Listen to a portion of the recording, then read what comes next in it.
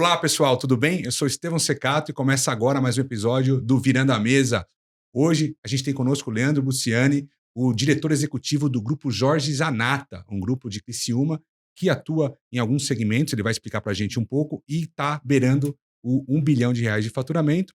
O Leandro tem ampla experiência em turnaround, reestruturação de empresas, e veio compartilhar um pouco com a gente da sua trajetória de 7 anos com o Grupo Jorge Zanata. Leandro, obrigado pela sua presença. Bem-vindo aí ao Virando a Mesa. Obrigado a você pelo convite.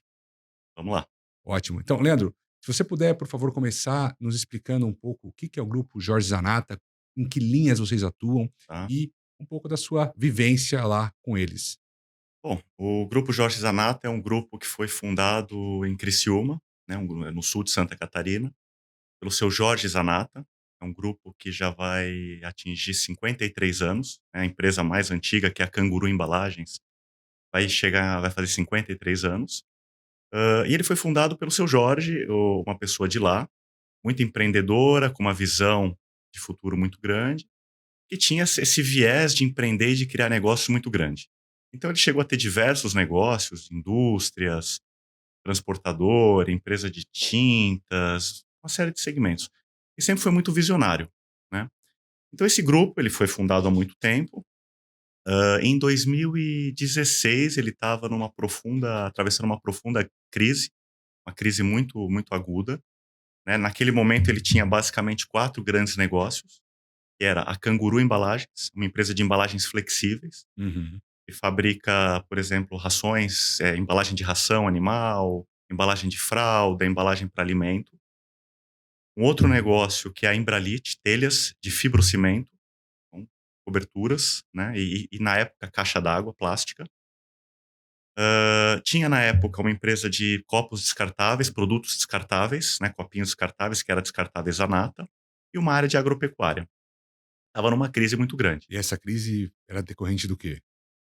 Olha, como a gente costuma estudar e ver, nunca é um fator só, né, que nem quando você fala que um avião caiu, ele não cai por um motivo só. Geralmente são 7 motivos, uma Sim. série de motivos. E lá foi a mesma coisa.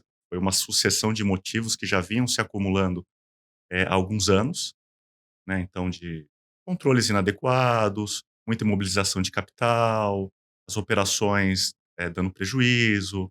No caso da Embralite, ela estava numa mudança de legislação e Hum. de mudança tecnológica, A né, mudança de legislação é aquela do do fibrocimento, do amianto. amianto, né? Então ela foi a primeira empresa de capital nacional a decidir sair do amianto. Uhum. Então, se por um lado isso é uma decisão inovadora, a mudança não é tão simples, né. É uma nova tecnologia, as margens são diferentes, o processo fica mais difícil. Então tudo tinha uma das operações que foi a Descartáveis Zanata, que drenava muito caixa das outras, então o estrangulamento de caixa era muito grande, então o grupo se encontrava ali num momento delicado. E eu naquela época trabalhava numa consultoria, né, focada em reestruturação, focada em turnaround, e fui para lá através da consultoria. Para Eles contrataram a consultoria depois de tentar uma série de saídas que acabaram não acontecendo, e eles contrataram a consultoria para fazer um diagnóstico e Uhum. apresentar um plano de trabalho. Foi aí que a gente entrou mais a fundo no grupo, isso Uhum. em 2016. E aí, em 2016, então, vocês entram lá como consultores para fazer um diagnóstico. Isso. E aí, o que vocês descobrem lá? Olha, a situação, geralmente, e aí é um caso que a gente já vê de outros, muitas vezes de outros negócios, às vezes o empresário, o executivo, ele vai tentando tudo que é possível, né, busca dinheiro novo, injeta na empresa, e infelizmente acaba chamando a consultoria quando a situação já está mais do que agravada. Uhum. Passou bastante de um ponto razoável de uma transformação. E a gente chegou lá nesse ponto, né, a coisa estava extremamente complicada, e a gente tinha um tempo muito curto para fazer um diagnóstico. As operações estavam, boa parte delas, travada, né, salários em atraso em uma das empresas há mais de 60 dias, sem matéria-prima, produção, a conta-gotas. Então a gente fez um diagnóstico, tinha que ser rápido, né. Nós fomos numa equipe, eu acabei indo para liderar essa equipe a princípio de diagnóstico, fomos em 3, Aham. fizemos uma imersão nas operações da empresa por 2 semanas, mais uma semana para compilar os dados e apresentar o diagnóstico. Então em 20 e poucos dias, nós fizemos um diagnóstico. E aí, a partir daí, a gente começou a trabalhar no turnaround da empresa, né. Então, através da consultoria, montamos um time para entrar e fazer o turnaround da companhia. E os gestores da empresa na época era uma gestão familiar ou eram já gestores profissionais? Eh, o conselho, né, os sócios atuavam muito na empresa. Em algum momento, eles tinham tirado um pouco a mão e deixado para um corpo executivo. À medida que as coisas começaram a se agravar, eles foram drenados para dentro do processo para buscar alternativas e buscar ajuda. Uhum. Então, tinham executivos, tinha um corpo profissionalizado, mas também uma atuação dos sócios. Já nessa época, eram os herdeiros do seu Jorge, né, o seu Jorge já tinha falecido, então essa segunda geração já estava ali no dia a dia do negócio, tentando buscar saídas. Aí quando chega a consultoria, as primeiras medidas, obviamente, é focar em pessoas. Num primeiro momento, viés de custo, redução da estrutura. Então, num primeiro momento, a gente não sabe muito quem é quem, a gente depende do olhar de quem está no negócio, mas foi feito um primeiro corte grande até para buscar a sobrevivência da empresa. Uhum. Então, na época, foram cortados praticamente 40, 50% do quadro, né. Bastante gente. Uma das empresas, a Zanata, tinha um perfil de turnaround mais complicado, pelo seu perfil tecnológico, mercado, competitividade. Então decidiu-se encerrar essa operação. Então foi uma operação inteira fechada para focar na reestruturação de 2 negócios mais fortes, que era a Canguru e a Embralit. Ah, então parte do turnaround foi desinvestir numa unidade de negócio que não era lucrativa. Foi. E uma decisão muito difícil. Isso já foi apresentado no diagnóstico. Claro que para os acionistas é muito difícil, né. Foi foi o primeiro negócio, não foi o segundo, mas foi ali junto com a Canguru Embalagens, já veio a Descartáveis Zanata. Levava o nome da família, então tinha um apego emocional muito forte pela empresa, Uhum. mas eles viram que os números mostravam que a virada era muito mais complicada, ia exigir muito mais esforço, muito capital, atualização de tecnologia, né, então decidiu-se por encerrar esse negócio. Esse foi uma das primeiras medidas lá em 2016. E era um negócio deficitário também. Muito deficitário. Na época era uma filial da Canguru Embalagens, Uhum. drenava um caixa enorme da Canguru Embalagens, então levava a Canguru Embalagens para uma dificuldade, e na rasteira a Embralit também, que acabava tendo que socorrer as 2. Sim, sim. Aí você tira dinheiro bom, pra negócio ruim, né. Exatamente, Vela boa para santo ruim. Eu exatamente. falo na aula que eu dou na FIA de que um dos principais erros dos executivos ou dos sócios também, né, é o apego. Apego à marca, apego a pessoas, apego a unidades de negócio, patentes. Não que você não tenha que ter, ética e quando a gente fala de pessoas também não ter respeito, né, mas você manter uma estrutura muito grande, inchada, robusta, não faz sentido quando Uhum. aquilo ali não te dá mais resultado, né. Então é essa Perfeito, linha. perfeito. Eu acho que esse é um dos fatores que às vezes um olhar externo, dependendo do momento, ele traz uma frieza e uma visão diferente. Então é diferente um executivo que talvez esteja ali, no caso era um executivo que já estava lá 15 ou 20 anos, Uhum. tinha criado um apego já, um corpo gerencial desmotivado, já tinha tomado porrada de tudo quanto é lado, já tinha tentado, não estava dando certo, então uma equipe totalmente desmotivada. E claro, a família, os sócios tentando fazer a coisa acontecer, mas com viés emocional muito forte. Sim. Eles tomarem a decisão de fechar um negócio não é tão simples, né, não tem uma Não. frieza, né.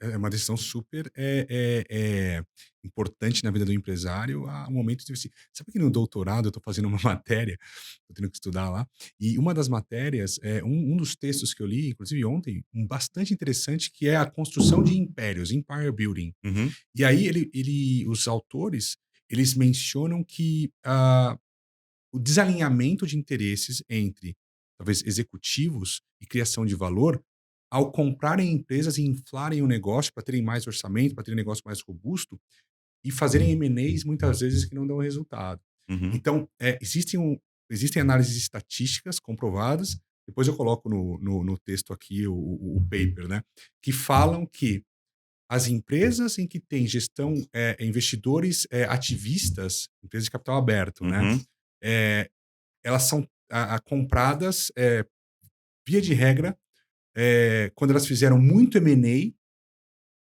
e imediatamente depois, elas começam um processo de desinvestimento Uhum, e fazem muito menos M&A. Então, criam bastante valor nesse desinvestimento. Por quê? Porque não tem apego, tem uma visão muito mais técnica, uhum, estratégica do valor de cada negócio, né. uhum. Então, vai muito de encontro que você está falando do grupo. Perfeito, perfeito. Na época foi uma decisão muito difícil, eles toparam, e isso foi um ponto acho que muito importante, muito legal no na nossa trajetória de reestruturação, que foi o alinhamento entre nós como executivos, como consultoria. Na verdade eu falo que eu fui como consultoria, mas eu sempre me enxerguei muito mais como um gestor interino, né. Sentar lá e botar a mão na massa e fazer parte do time, não como ir, ó, deixa lá uma lista de coisas para fazer, vira, vai embora, volta Sim. 15 dias depois. Não. Acho que o nosso papel na reestruturação é fazer parte da equipe, botar a mão na massa. Então me vi sempre muito mais como um gestor interino na época. E teve um alinhamento grande com a família, com os sócios. Uhum. Então a gente sentava, apresentava pontos, e às vezes muito difíceis, né. Eu falo que a vida do reestruturador é meio que como um oncologista, né, não é uma aspirina, infelizmente, não é um remedinho que vai resolver. Sim. Nós vamos ter que ir para uma químio, nós vamos ter que talvez arrancar um pedacinho de algum órgão, mas ou é isso, ou o organismo todo pode não sobreviver, né. Então eram decisões duras, mas eles toparam, né, e eu acho que isso fez toda a diferença na reestruturação dar certo.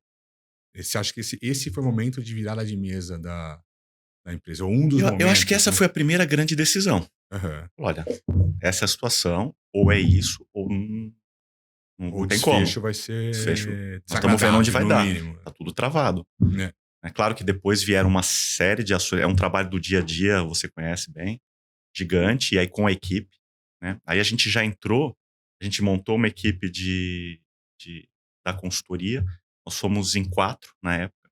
Também é um outro ponto que eu acho que foi uma decisão bem acertada. É difícil uma pessoa fazer chover, né, Sim. uma organização grande, na época, mesmo com os cortes, estávamos falando em 2 negócios e 650 colaboradores, 650 pessoas. Uhum. E não é a questão de você trabalha com time, obviamente, mas fazer uma mentalidade nova, uma cultura nova, processo, implementar controle, uma mentalidade nova numa organização desse tamanho com uma pessoa, não acontece. Então você tem que Sim. começar a engajar. Então nós fomos em 4.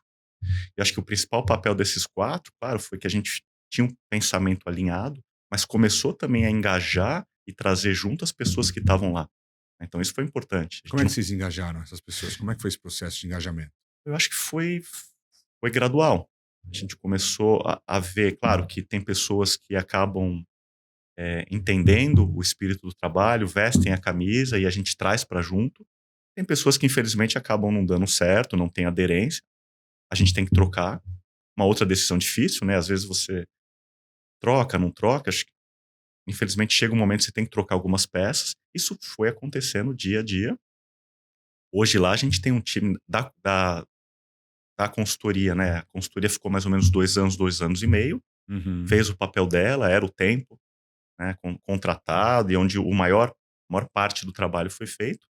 Ela saiu, eu acabei ficando como executivo, eu e mais um, que Uhum. hoje é o nosso gestor financeiro, porque eu acreditava que tinha um projeto de longo prazo, tinham coisas a ser feitas e acabei ficando como executivo. E hoje a gente tem um time lá, grande parte, eu diria que 70% da alta gestão, 60, 70% da alta gestão, vem da época de antes da reestruturação.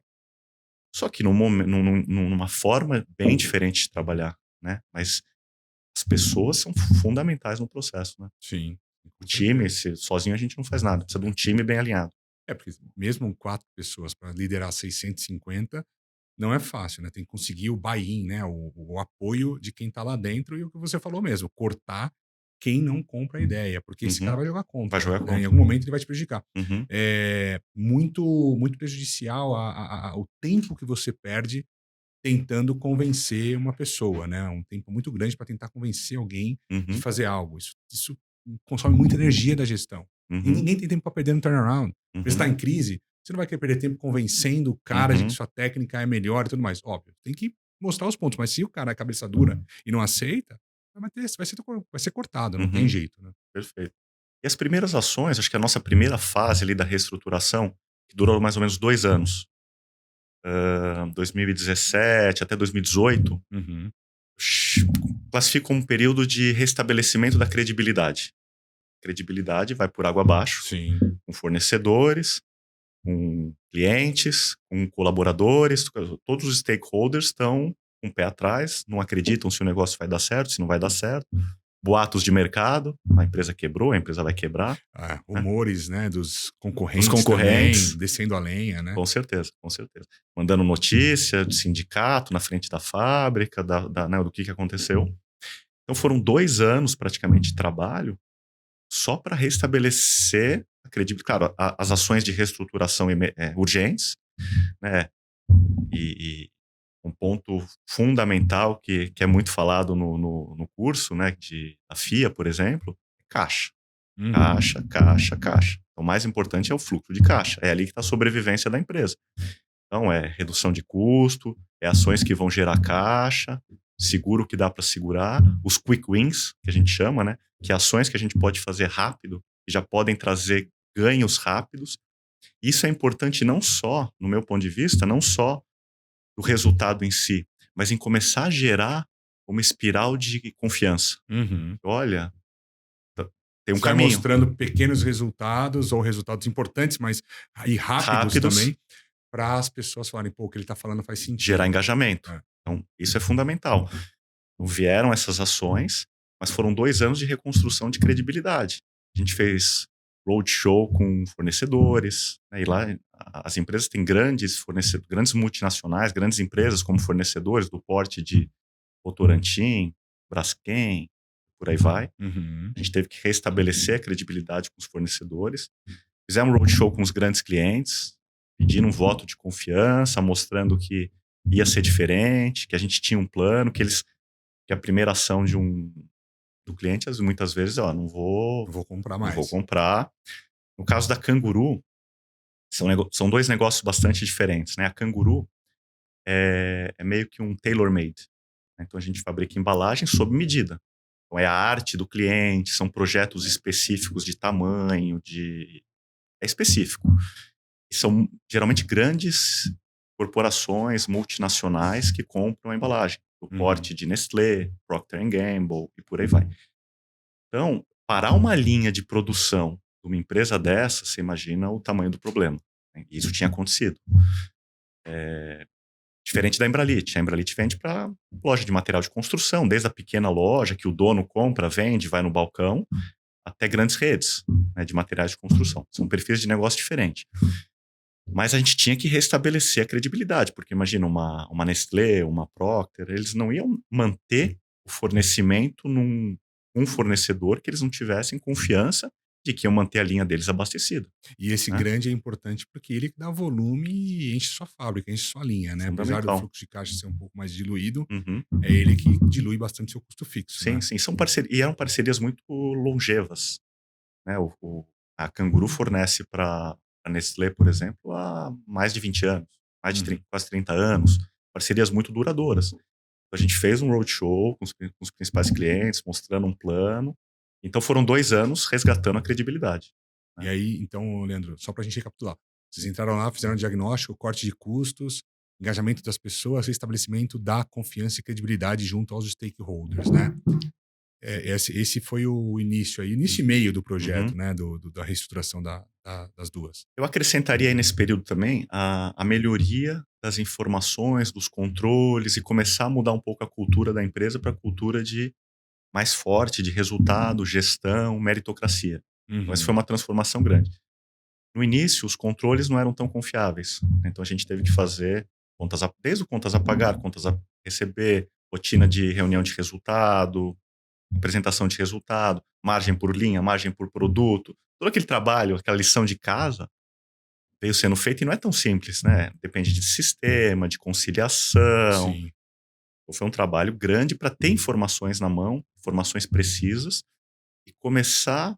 Vamos fazer um orçamento aqui, um primeiro orçamento, e começar a buscar meta, resultado, implantar um esquema de remuneração variável, que não existia, não era tão Uhum. forte. Isso vai trazendo de novo, não é só isso, mas é um tijolinho importante para engajar as pessoas, Sim. né. Então eu diria que foi uma soma, os primeiros 2 anos foi um somatório dessas ações. É, a gente pensa que é simples, né? Pô, vou entrar lá, vou É, reestruturar a dívida, vou implantar um sistema diferente e tudo mais. Mas dá um baita trabalho. Porque assim, é um monte de pessoa envolvida, é um monte de departamento, as pessoas às vezes têm motivações diferentes, então é uma complexidade enorme, né? A gente fala de uma forma bem simples aqui, mas é uma complexidade grande fazer isso. sem dúvida.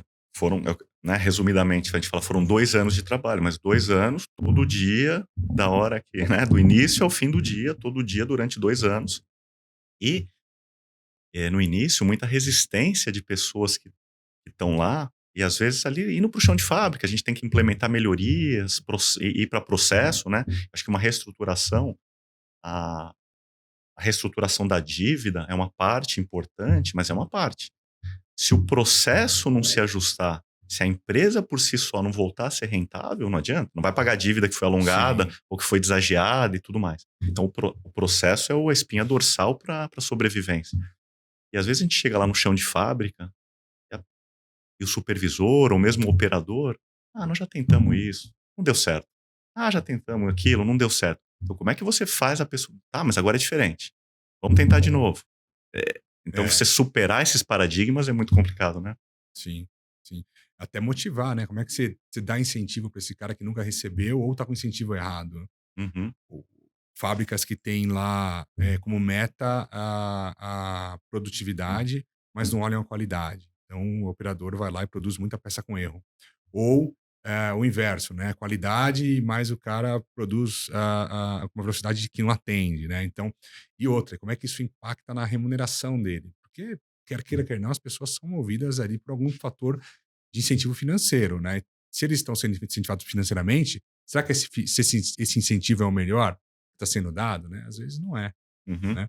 E depois dessa fase de 2 anos aí, como é que se desenrolou? O que Então, aconteceu? aí eu classifico a segunda etapa, que aí durou mais ou menos uns 2 anos. Então, nesses primeiros 2 anos, nós, por exemplo, faturamento, a gente fez um primeiro recuo inicialmente de tamanho, etcétera, buscando rentabilidade e geração de caixa. Então nós ficamos 2 anos ali, 2016, 2017. Na época era um grupo de 250 milhões de faturamento anual e 650 pessoas. Foram 2 anos mais ou menos de faturamento igual. Uhum. Então, de novo, é mudar a mentalidade, né. Às vezes, o gestor, o empresário vem com a mentalidade de crescer. Quero crescer, quero aumentar faturamento, quero crescer, tá, mas e o bottom line? Né, tá gerando caixa, tá gerando lucro, tá gerando EBITDA? Então os 2 primeiros anos, em termos de faturamento, a gente ficou mais ou menos igual. Essa foi essa fase de credibilidade. E nós entramos depois numa fase de mais ou menos 2 anos, foi de estabilização de processo.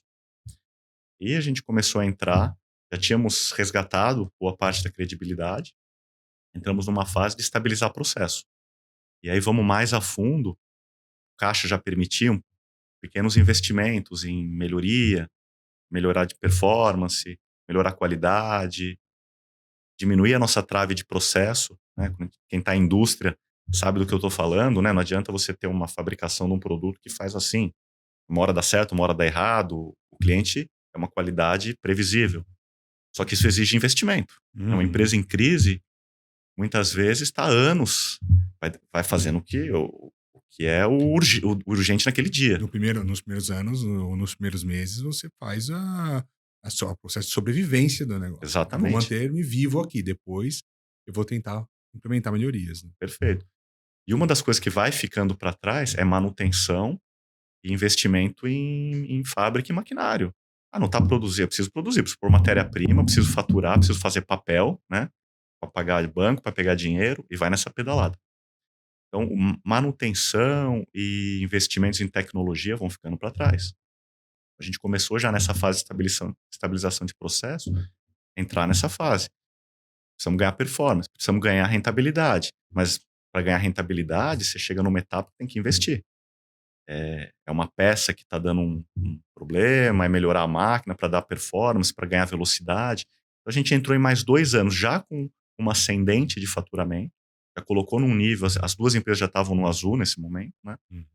Então, elas já começaram uma crescente de ganhar novos clientes, de aumentar volume, os clientes já tinham é, ficado mais seguros, começaram a nos dar volumes de novo, a gente começou a ganhar mercado de novo. Então, foi uma fase novamente de estabilizar processo e ganhar um pouco mais de mercado, né? Essa segunda que é a segunda perna do turnaround, né. A Uhum, primeira é a reestruturação financeira ali de curto prazo, a segunda já é a reestruturação, eu diria que é operacional também, né, ela vem da a operacional ela já vem lá dos 2 primeiros anos, né, com corte de custo, quick wins, mas a transformação realmente da empresa, ela é no segundo momento, que eu acho que é esse momento que você mencionou, né. perfeito.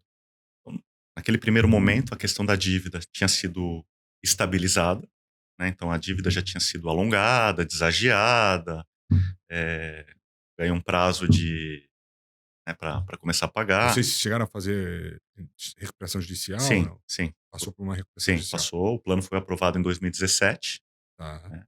E aí as contas começam a chegar, né? Passa o período de carência, e aí? Como é que vai pagar? É, Né? Você jogou para frente aquela morfina, é, né? Deu aquela proteção jurídica, jogou a dívida para frente, como uma injeção de morfina mesmo, mas sim, depois passa. é. E aí chega 3, 4 anos depois desse momento, pagar as contas. A empresa tem que estar gerando caixa, tem que estar saudável. Outro ponto importante é que dentro desse plano todo de reestruturação, o grupo tinha muito capital imóvel, muito capital imobilizado. Então eram imóveis que tinham sido de filiais fechadas, de operações desativadas, né. Então naquele momento não eram operacionais, mas estava lá imobilizado. Então fez parte do plano a desmobilização desse capital, isso foi uma parte importante, para injetar no negócio, seja através de novos investimentos ou através de redução de passivos. A gente tinha ali um rol de passivos prioritários, né, trabalhistas, extraconcursais e tudo mais. Essa injeção de capital de desmobilização também foi importante para dar o gás necessário, né. Uhum, uhum. E esses imóveis eram parte do ativo da empresa e estavam lá no processo de recuperação judicial como unidade produtiva isolada. Exatamente. Então tinha um braço, agropecuário, que não era um core do grupo, né, era mais uma paixão do seu Jorge de ter fazendas, de ter gado, mas não era o core, e não tinha uma segunda geração ou terceira geração da família focado naquilo. Uhum. Então ali tinha alguns imóveis, fazendas, etc. E tinham filiais da Canguru, ela tinha montado ao longo dos anos no Rio Grande do Sul, no interior de Santa Catarina, em Minas Gerais, ela tinha feito filiais, né? E elas, com a crise, e antes mesmo de 2016, essas filiais já vieram sendo fechadas e os imóveis ficaram lá. Isso entrou no plano de recuperação para desmobilização. E aí vocês venderam esses imóveis e pagaram dívidas, ou colocaram no capital de giro da empresa, qual que foi a Sim, os dois. O principal foi redução de passivos privilegiados, né? aham. De credores privilegiados. E parte deles já foi vendido, e tem uma parte ainda. No meio do caminho, a gente atravessou crise, Pois pandemia. é, essa era a minha próxima pergunta, você É, 2016, 17, 18, 19, 20, é, e aí veio a vem a pandemia. pandemia, Então né. aí, esse plano de desmobilização sofreu atrasos, né. Teve um momento ali em 2018, a economia não estava lá essas coisas, não estava compradora. A gente teve que recuar um pouco. Aí veio uma pandemia, ninguém sai de casa, ninguém vai fazer nada. Então tudo isso veio atrasando um pouco, mas a gente atravessou, entrando um pouco na pandemia. Acho que a gente já estava numa situação de processos estabilizados e já numa terceira fase. Acho que em 2020 a gente já entrou numa terceira fase, que foi de crescimento. Acho que aí a gente começou já a buscar novos Já horizontes. estava de que tamanho a empresa? O grupo, né. O grupo, naquele momento, já tinha atingido aí seus 500, 600 milhões Já de tinha dobrar faturamento, mais do que dobrado o mais do que faturamento. dobrado, só que tinha atingido a sua capacidade máxima instalada. Então, num primeiro momento, a gente tinha ociosidade para crescer sem investimento. Em 2019, a gente já atingiu a capacidade das duas empresas, tanto da Canguru quanto da Embralit. Para crescer, precisava de novo investir. A gente fez um plano. Naquele momento, a gente já tinha feito planejamento estratégico, já tinha criado uma visão mais de longo prazo com o time, né, para os negócios. E aí a gente veio numa fase de crescimento e foi feito um investimento muito grande desde 2018 a 19 até agora, 23. O grupo investiu, se eu não me engano, 50, 60 milhões para crescer. Uhum. Novas linhas de produção, novas máquinas. E aí, de 2020 para cá, a gente deu um outro salto. Então, esse ano, devemos fechar aí já perto de 850, 900 milhões de faturamento. Temos uma meta ali desafiadora de atravessar a marca de 1 bi, mas aí foi feito através de investimento. E aí veio a pandemia, né? É. Assim, só que na pandemia, acho que a gente já estava com uma mentalidade e uma estabilidade de processo e de caixa que a gente atravessou bem. Uma das coisas interessantes que a gente aprendeu a trabalhar e meio que forçadamente, mas acabou sendo bom, a gente continua comprando boa parte dos nossos insumos à vista, Com né, desconto. com desconto. Então, em 2016, era uma situação que não tinha muita escolha, ou comprava à vista ou não comprava, né, ou era isso, né? Então, teve que injetar capital novo, que aí vem muitas vezes através da credibilidade da consultoria, injetar capital, começar a fazer a roda girar de novo, porque a gente aprendeu a trabalhar e, e, e hoje funciona bem. E o que acontece geralmente quando cai em volumes e você compra à vista? O seu caixa melhora. É diferente. Sim. Você está sempre jogando a prazo, está lá 120, 150 dias. Dá uma freada nas vendas, suas contas vão continuar vindo. Preocupante. No nosso caso, como a gente comprava à Você vista, tinha estoque. a gente tem estoque, a gente para de comprar à vista, continua recebendo, muitas vezes, o contas a receber que não está descontado, continua performando. É uma situação engraçada, né? A empresa meio parando, diminuindo o volume e o caixa melhorando. Então a gente Uhum. conseguiu atravessar bem esses momentos. Pô, interessante. E faz sentido quando você está capitalizado você comprar à vista com desconto, porque provavelmente as pessoas, se você está numa cadeia em que você está comprando de empresas menores, o seu custo de capital é menor do que o deles, né? Uhum, Então você cria valor para o seu acionista ao comprar à vista. Nem sempre comprar a prazo faz sentido, perfeito. né? Claro, depende da estratégia de cada negócio, tem uns que fazem É. sentido, outros não. Mas para nós, nos deu uma segurança de atravessar dois momentos. Teve um que foi a greve dos caminhoneiros, que eu lembro Ah, bem, 2018, é.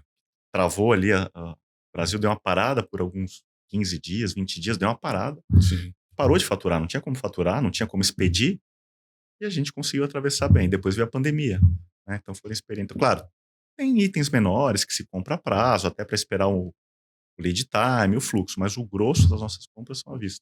Você falou da greve dos caminhoneiros, numa das minhas aulas eu falo da greve dos caminhoneiros e sempre gosto de mencionar quais lições foram aprendidas durante a greve dos caminhoneiros, né? Como que a sociedade reagiu. Porque 2020, 2019 a gente teve o Covid, primeira onda. E entre a primeira onda e a segunda onda, não sei se lembra, teve um período ali de volta à normalidade, ainda que fictícia, porque não estava nada normal, mas voltou a realidade. E os empresários e muitas empresas voltaram a cometer os mesmos erros que tinham na primeira onda do Covid. Quer dizer, a gente vive crise o tempo inteiro, mas quando passa, parece que a gente esquece o que aconteceu e volta a cometer os mesmos deslizes, né? Uhum, Volta a ser a mesma coisa se repetir. Então, eu vejo empresas, a gente lida bastante e não é nem generalizando, mas eu vejo bastante empresa que, após o pós-Covid, voltou a praticar as mesmas ações. Então, pô, teve uma baita mudança de cultura rumo ao trabalho remoto. uhum, Isso foi provado e comprovado de que fazia sentido, economizava custos para a empresa e até aumentava a performance de alguns setores e alguns funcionários. Tem empresas já querendo voltar a fazer o trabalho 100% presencial uhum. por mera liberalidade e de discricionalidade dos diretores ali, porque querem ver as pessoas ali sob seu comando, A né? mentalidade ainda não mudou totalmente, né? Mudou, voltou até a mesma mentalidade. E isso, o trabalho remoto é um dos exemplos. A transformação digital que não foi feita e não está sendo feita, porque as pessoas estão voltando a sair e consumir fora de casa. Agora, quem está se adaptando está preparado para a próxima onda e está preparado para o futuro. Porque Uhum, a mudança de hábito ela não vai voltar mais atrás. A gente só acelerou. Mas uhum, as pessoas vão continuar. Tanto é que tem empregados agora e funcionários que não vão voltar para presencial e estão uhum, buscando só trabalho remoto. Tem um uhum, amigo meu que trabalhou em Cancún durante a pandemia inteira. Morou em uhum. Cancún. Né? E, poxa, estava trabalhando, acordava às 5 da manhã e trabalhava perfeitamente bem. Agora, voltar aos hábitos antigos de uma forma forçada, Uhum. não vai acontecer. Né? Eu tenho às vezes tem alguns livros que são muito simples, mas acabam marcando a gente de alguma forma, né. No meu caso tem 2 livros que me marcaram muito, acho que até na forma de pensar, nos negócios e de agir. Um deles foi o Pai Rico, Pai Pobre. Uhum. Foi um livro que eu li quando eu tinha meus 14 anos, 13, 14 anos. E marcou muito a forma de lidar com o dinheiro, de prioridades, de aceitar muitas vezes o momento e reduzir as suas despesas para preservar o seu bolso. Isso nas finanças pessoais, mas depois a gente vai para a empresa e a mentalidade é um pouco essa. E um outro livro que acabou marcando, que tem a ver com o que você está falando, é o Quem Mexeu no Meu Queijo. Não sei se Uhum. você já leu, é de uns ratinhos que estão num labirinto e aí eles acham queijo, aí tem dois ratinhos, resumidamente, e um relaxa, começa a comer queijo, aí começa a engordar, tira o sapato, o outro não. O outro tá ali, esperto, sapato calçado, mochila. Eu acho que isso é um pouco da forma como eu procuro agir. As coisas melhoraram, o trabalho foi feito, a reestruturação andou legal. Mas o que a gente fez até hoje não garante que vai garantir, né? Não garante que o futuro vai ser de sucesso, porque a gente chegou até aqui. O mundo está mudando. Sim. Você tem que estar sempre com a mochilinha nas costas, com o tênis calçado. E aí, o que nós vamos fazer para garantir que as empresas sobrevivam mais 50 anos? E é um mundo totalmente diferente, né? Totalmente transformado. É. Vai muito, isso aí também tem muito a ver com inovação e novos mercados. Uma pergunta que eu ia te fazer, acabei esquecendo, qual vocês saíram de 250 para quase 1 bi, ou 900 milhões. Vocês aumentaram as linhas de produto? Vocês aumentaram a presença geográfica? Qual foi esse grande fator de triplicar, quadruplicar a receita da empresa? Legal, boa pergunta. São dois negócios totalmente diferentes, com estratégias diferentes.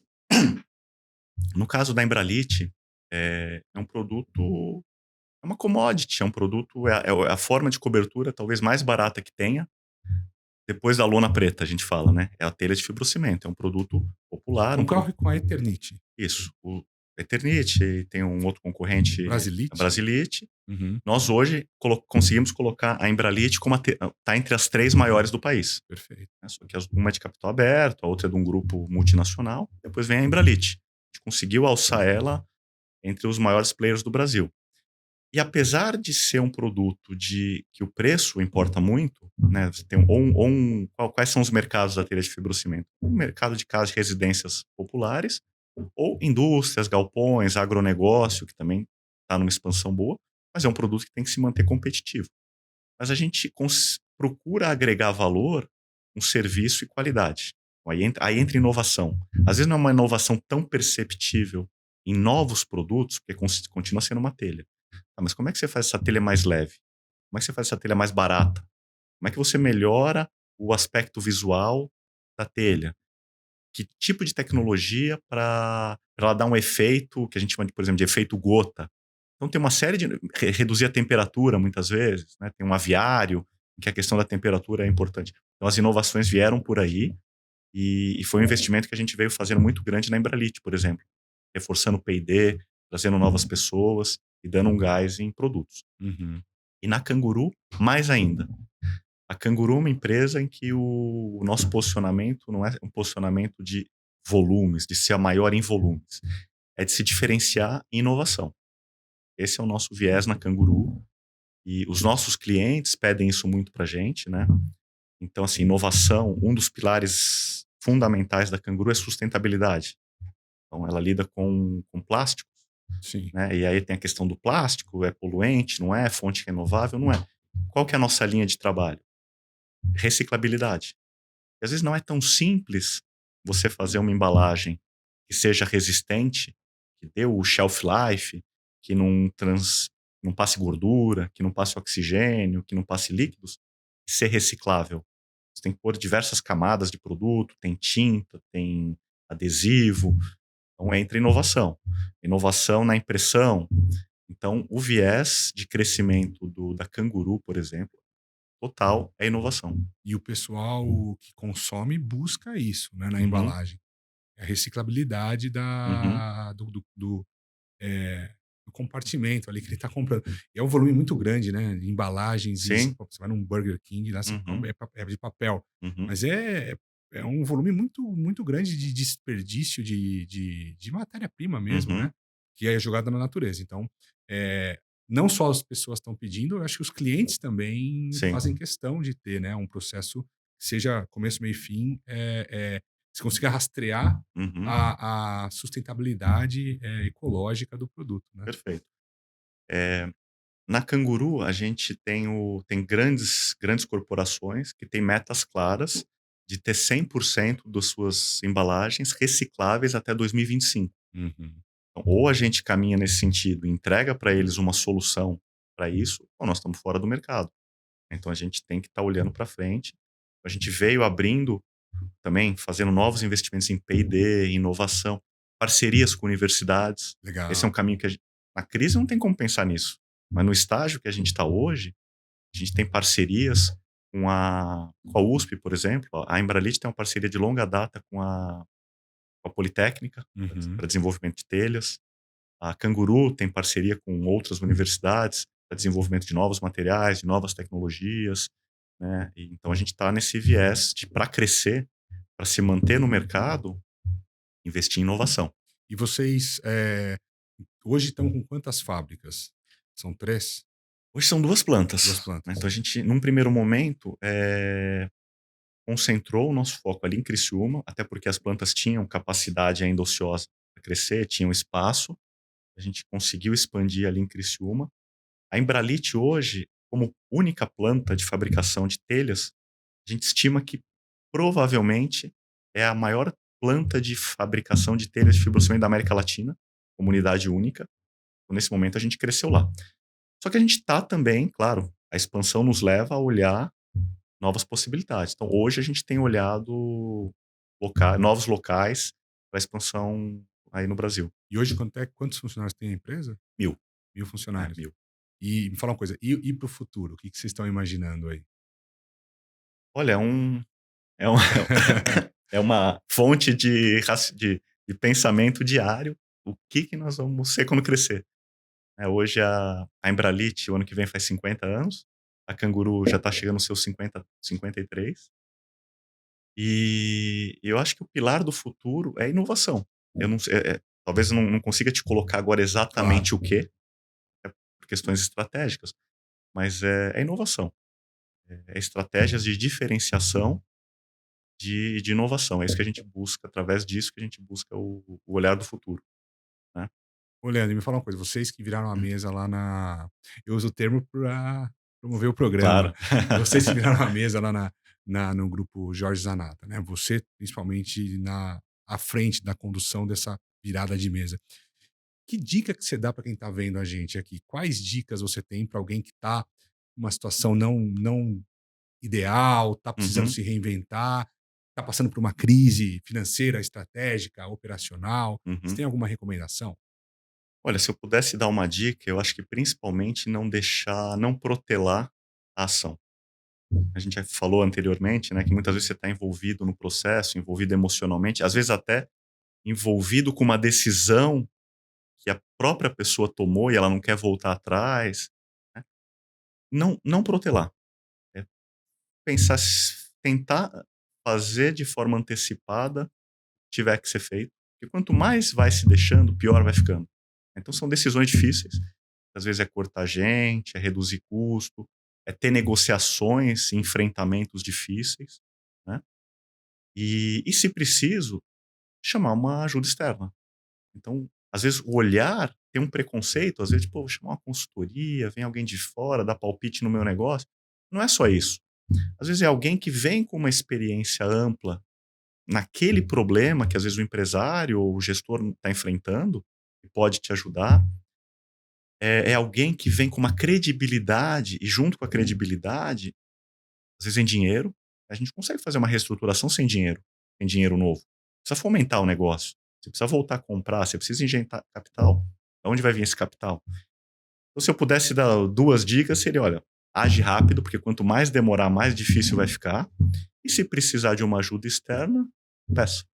Pessoal, chegamos então ao final de mais um Virando a Mesa. Leandro, muito obrigado pela sua participação Obrigado a você pelo convite. e nos vemos no próximo episódio.